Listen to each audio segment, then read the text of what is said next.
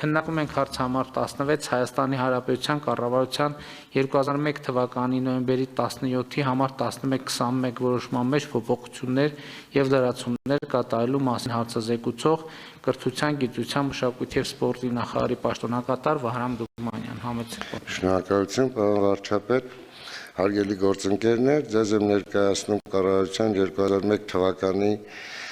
1121 որոշման մեջ փոփոխություններ կատարելու կառավարության որոշման նախագծի փաթեթը, որով նախատեսվում է նորմավորել եւ սահմանել պետական բազային ֆինանսավորման ծրագրերում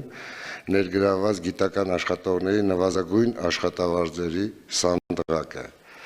Նախագիծը մշակվել է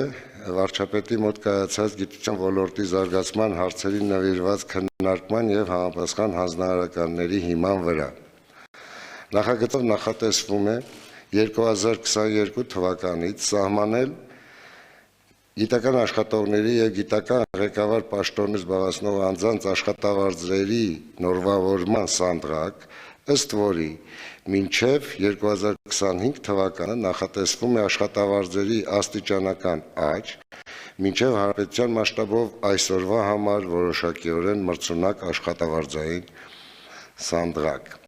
Նախագծի նպատակն է գործող գիտնականներին ապահովել պատշաճ աշխատավարձով, ստեղծել պայմաններ դեպի գիտության ոլորտ երիտասարդ կադրերի ներհոսքի ապահովման համար, ինչպես նաև ուրվագծել գիտության ոլորտում մասնագիտական աճի ճանապարհը։ Առանձնահատուկ պետք է նշել, որ աշխատավարձի ավելացումն արվելու է ատեստավորման հիման վրա եւ հիմք է ստեղծելու կատարողականի միջազգային չափանիշներին համապատասխան պահանջների սահմանման համար։ Նախագիծը շրջանառվել է 8 գերատեսչություններով եւ Գիտությունների ազգային ակադեմիայում։ Ամփոփաթերթը կցված է որոշման նախագծի հետ, ես ուղղակի ցանկանում եմ երկու թիվ ընդհանրապես հրապարակել, որպես օրինակ, թե ինչ է մեզ սպասվում։ Օրինակ, այժմ գիտաշխատողի ամսական միջին աշխատավարձը կազմում է 90.4 դրամ, 90.400 դրամ։ Եվ այս մեր առաջարկից հետո, ընդունումից հետո 2025 թվականին 90.400 դրամը կդառնա 276.000 դրամ։ Գիտական ստորաբաժանման ղեկավարի աշխատավարձը այսօր այս տարի կազմում է 141.400 դրամ եւ 2025 թվականին կկազմի 477.200 դրամ։ Նման այս թվերը իհարկե շատ լավ ցուցադրում են, թե ինչ սրընթաց շեշտակի փոփոխություն է տեղի ունենում եղածի համեմատ։ Սրա համար նախատեսվում է 22 թվականին ավելացնել ֆինանսավորումը 3.6 միլիարդ դրամով, 23 թվականին 2.2 միլիարդ դրամով, 24 թվականին 2.4 միլիարդ դրամ եւ 25 թվականին 2 միլիարդ դրամով։ Կարծում եմ սա որակական լուրջ փոփոխություն է ոլորտում, գիտության ոլորտում եւ նման թռիչքաձև փոփոխություն ես չեմ հիշում, որ երբևէ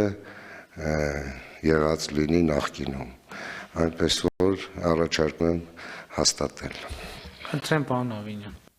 Շնորհակալություն, պարոն վարչապետ, հարգելի գործընկերներ,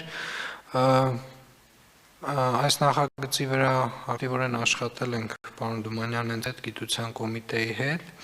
եւ գիտության ոլորտում կարևորագույն բարեփոխումներից մեկն է բազային աշխատավարձերը փաստացի 2010 թվականից անփոփոխ են մնացել եւ այս քայլով մենք շարունակում ենք այն հանձնառությունը, որ ստանձնել ենք դեռևս 2019 թվականից գիտության նկատմամբ եւ աշխատավարձերի վերանայման եւ ծրագրային ֆինանսավորման ավելացման եւ ենթակառուցվածքների ֆինանսավորման ավելացման ուղղությամբ։ Պարոն Դումանյանը մի քանի թիվ նշեց, ես եւս մեկը նշեմ։ Մենք մոտավորապես հաջորդ տարվանից փաստացի կրկնապատկում ենք բազային աշխատավարձերի չափաքանակը այսօրվա 4 միլիարդի փոխարեն մոտավորապես 7.8 միլիարդ դրամ է լինելու եւ 2025 թվականին 4 միլիարդը դառնալու է 14.4 միլիարդ դրամ։ Եվս մեկ օրինակ բերեմ, գլխավոր գիտաշխատողի օրինակը բերեմ, միջինում այսօր աշխատավարձ 138,000 դրամ է, հաջորդ տարի նրա աշխատավարձը միջինում լինելու է 367,000 դրամ, իսկ 2025 թվականին մոտավորապես 553,000 դրամ, եւ անհրաժեշտ է նաեւ ընդգծել, որ նշածս թվերը վերաբերում են զուտ միայն բազային աշխատավարձին եւ չեն վերաբերում ծրագրային ֆինանսավորմանը, որը նույնպես մենք այս տարի ավելացրել ենք, եթե հիշում եք, կառավարությունը 2.7 միլիարդ դրամ հավելյալ հատկացրել է գիտպետկոմին ծրագրային ֆինանսավորման ավելացման համար եւ արդեն իսկ մեկնարկել են հնգամյա ծրագրեր այդ ֆինանսավորմամբ եւ նաեւ այդ ֆինանսավորմամբ որոշ լաբորատոր սարքավորումներ են ձեռք բերվում եւ կարծում եմ իհարկե ֆինանսավորումը ամենակարևոր բաղադրիչներից մեկն է բարեփոխումների, բայց նաեւ կան ոչ ֆինանսական բարեփոխումների կա ոչ ֆինանսական բարեփոխումների շրջանակ, որի վրա մենք նույնպես մեծ ուշադրություն ենք դարձնում։ Ուզում եմ շեշտել, որ այս սանդղակին անցում կատարելու համար գիտաշխատողները կարող են անցումը կատարել, եթե նրանք անցել են ատեստավորում վերջին 1 տարվա ընթացքում կամ սրանից հետո կամավոր կերպով կանցնեն ատեստավորում եւ ատեստավորման պահանջներն էլ մի փոքր ավելի հստակեցվում են եւ կարծում եմ գիտության ոլորտում Հայաստանի նման երկիրը ունեցել է Ալիխանյաններ, Մերգելյաններ եւ Համբարձումյաններ, որևէ բան ես չպետք է խոչընդոտի նման գիտնականներ ունենալ նաև տեսանելի ապագա։ Շնորհակալություն պարոն վարչապետ։ Շնորհակալ եմ պարոն Ավինյան, ըստ էության արձանագրեցինք, որ առաջիկա 3 տարիների ընթացքում գիտաշխատողների բազային աշխատավարձների ֆոնդը ըստ էության քառապատկվում է։ Բայց այստեղ նրբություն կա, եթե ես սխալ եմ հասկացել ինչ որ նրբություն, խնդրում եմ ինձ ուղղել, որ նախ զուգահեռ ինչպես ուսուցիչների դեպքում ատեստավորման գործընթաց է ձեռնարկվելու, այսինքն որպեսզի մենք համոզված լինենք, որ ոչ թե ըստ ուղղակի հաստիկացուցակի ենք ավելացնում աշխատավարձները, այլ ըստ որոշակի որակական չափանիշների։ Եվ սա ամենակարևոր առանձնահատկություններից է։ Հաջորդ խնդիրը, որ գիտաշխատողները իրենք որոշակի ֆինանսական հնարավորություններ ստանում են ոչ միայն բազային աշխատավորցով, այլև թեմատիկ հետազոտություններից նույնպես որոշակի եկամուտներ ունենում են, եւ եթե սա հաշվի ենք առնում, կախված թեմայից, կախված գիտական խմբից, աշխատանքից, որը արվում է, այսինքն Հայաստանում գիտնականի աշխատավարձը կարող է ոչ թե կարող է դառնում է լրջորեն մրցունակ աշխատաշուկայում առկա այլ աշխատանքների հետ համեմատ եւ եթե հաշվի առնենք, որ այս ծրագիրը ճիշտ իրագործվելու պարագայում ինքը նաեւ պետք է արդյունքներ բերի, ըստ էության կարող ենք ասել, որ աշխատավարձների բարձրացման մեխանիզմ է գործարկվում եւ գիտությամբ զբաղվելը ավելի գրավիչ դարձնելու մեխանիզմ է գործարկում, որը իր բարերար ազդեցությունը պիտի ունենա ոչ միայն գիտության ոլորտի, այլև ամբողջ տնտեսության համար, եւ սա էլի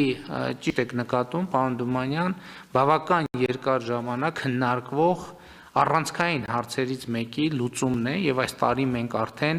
2 որոշում ենք այսպիսի ընդունել։ Ուզում եմ նաեւ ընդգծել, թե ինչի հետ է կապված ժամանակաշրջանը, ինչու են այդ որոշումները կայացվում հենց այս ժամանակաշրջանում։ 2019-20 թվականներից մեկնարկեց բարձրագույն կրթության եւ գիտության մասին օրենքի մշակումը եւ այս որոշումները շղթայի մի մասն են։ Նախ մենք ընդունեցինք օրենքը, այսինքն ըստ էության համակարգի գործունեության մասին որոշակի ինստիտուցիոնալ հենք ստեղծեցինք, որի հետո արդեն նաև ֆինանսավորման ավելացման մեխանիզմը գործարկեցինք։ Այդ շղթայի երրորդ օղակը պետք է լինի արդեն կոնկրետ արդյունքը, որը մենք պետք է ակնկալենք։ Շատ կարևոր եմ համարում, որ մենք այսօր կարծում եմ պատահական է համընկել, բայց համընկումը իրականում պատահական չէ, որ մենք մի կողմից ընդունում ենք նախակրթության չափորոշիչը, մյուս կողմից ընդունում ենք գիտության ֆինանսավորման ավելացման վերաբերյալ որոշում, որովհետև մենք միշտ եւ հիմա նաեւ այս օրակարգը մի փոքր թեթևացնելուց հետո մենք այս ամեն ինչը դիտում ենք որպես շղթայի մի օղակ, արդեն քննարկել ենք, որ ժողովրդագրությունն էլ պետք է այս շղթայի ամենասկզբից ավելանա եւ ժողովրդագրություն, նախակրթություն, հանրակրթություն, բարձրագույն կրթություն, որից մի հատվածը ճյուղավորվում է դեպի գիտություն, մյուս հատվածները արդեն մասնագիտացումների հետ կապված խնդիրը մենք պետք է լուծենք, շատ կարևոր խնդիր ունենք չլուծված կապված ընդունելության տեղերի հետ, որը մենք քրոնիկ ձևով արդեն շատ երկար ժամանակ Հայաստանում խնդիր է, որ մենք բուհական տեղերի բաշխումը եւ միջին մասնագիտական համակարգի տեղերի բաշխումը մենք այնուամենայնիվ բանաձևային կապը աշխատաշուկայի եւ տնտեսության հետ չենք կարողացել մինչեւ օրս ձևակերպել եւ ահա այս ժողովրդագրությունից միջև բարձրագույն կրթություն, մասնագիտական կրթություն եւ արդեն ճյուղավորում ըստ մասնագիտություններին պետք է դառնա մեր ամբողջական տնտեսության եւ հանրության կյանքի կազմակերպման կարևոր ինստիտուտներ պետք է դառնան եւ ըստ էության շատ ուրախ եմ, որ մենք այս ճանապարհին շատ երկար նախապատրաստական աշխատանքներից հետո արդեն կայացնում ենք կոնկրետ որոշումներ, սա իսկապես չափազանց կարևոր է, արդյոք երկար տևեց այս որոշումների կայացումը թե ոչ, ես կարծում եմ, որ ոչ, որովհետև շատ բարդ գործընթաց է, իմիջայլոց եկեք անակնկալ չլինի, եթե հանկարծ ընթացը սպառվի, որ մենք այս որոշումների մեջ դեռ պետք է լրամշակման աշխատանքներ իրականացնենք, որովհետև ըստ էության նոր մեխանիզմ է գործարկվում, որը փորձաշրջանով պետք է ի ցույց դնի առավելությունները եւ թերությունները, այն որ միանշանակ անթերի չի լինելու դա հաստատ է, այնպես որ շատ կարևոր գործընթաց է սկսվում։ Պարոն Քերոբյան, բան եք ասելու համեցեք։ Հարգելի գործընկերներ, գիտեք, մենք շատ ենք խոսում նրա մասին, որ պետք է ունենանք գիտելիքահեն տնտեսություն, գիտահեն տնտեսություն եւ սա շատ լավ օրինակ է, որ մենք այդ ուղղությամբ էական քայլ ենք կատարում, որովհետեւ Հայաստանի Հանրապետությունը որևէ այլ ընտրանք չունի, բացի գիտահեն տնտեսություն ունենալուց, իհարկե կան գործընկերներ, որոնք կուզեն, որ փոփոխությունները շատ ավելի կարճ ժամանակահատվածում տեղ ունենան, քան 4-5 տարում, սա լավ հեռանկար է, որպեսզի մարդիկ, ովքեր ուզում են գիտությամբ զբաղվել, ես էլ եմ ուզեցել գիտությամբ զբաղվել, այնուամենայնիվ ընտրեն գիտնականի ճանապարհը եւ իրենց իղձերը, իրենց ստեղծագործական մտքերը կարողանան իրագործել եւ օգնել Հայաստանի Հանրապետության տնտեսության կայացմանը։ Շնորհակալություն։ Շնորհակալ եմ, պարոն Քերոբյան, այստեղ մի շատ կարևոր նրբություն եմ ուզում նկատել, որ տեսեք, այստեղ միայն կառավարության որոշումների մեջ չի խնդիրը։ Մեխանիզմը շատ կարևոր է, որ համաձայնեցվում է նաև որոշակիորեն քննարկվում է գիտական հանրության հետ։ Իհարկե այնտեղ այնպես չի, որ կոնսենսուսի մենք կարողանում ենք հասնել։ Ես ուզում եմ ձեզ հիշեցնել, որ դեռևս 2019 թվականին մենք բյուջեի գիտական հատվածի բաշխման նոր մեխանիզմ էինք փորձում գործարկել, թեմատիկ ֆինանսավորման մեխանիզմը, եւ ըստ էության այս լուծումը այն լուծման արդյունքում առաջացած, այսպես ասած, բանավեճի հանգուցալուծման արդյունք է։ Այսինքն մենք իրականում այս process-ը սկսել ենք 2019 թվականին, փորձելով շատ ավելի արագ որոշումներ կայացնել, բայց այդ արագ որոշումներ կայացնելու մեր փորձը հաջող էր այնքանով, որ այս խոսակցությունը, այս բանավեճի բան արեց, հարուցեց, եւ այս բանավեճի արդյունքում մենք ստացանք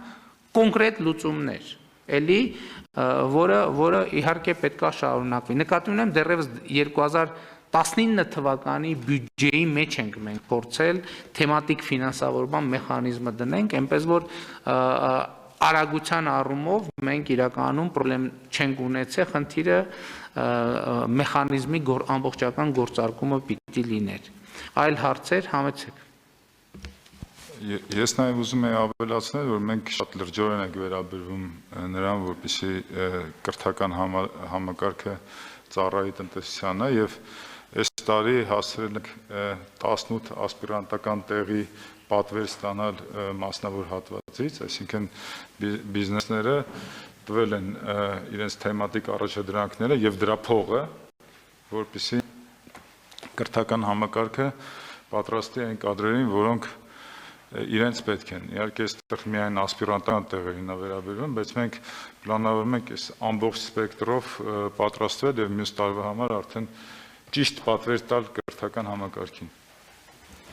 Շատ լավ։ Դա էլ է դժվար աշխատանք, որը պետք է արվի։ Էլի ուզում եմ հիշեցնել, որ 2019 թվականից մենք փորձում ենք այդ փոխկապակցվածությունները ստեղծել, բայց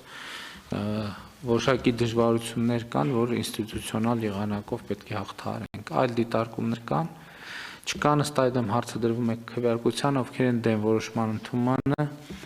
դեմ չկա, որոշումն ընդունվում է։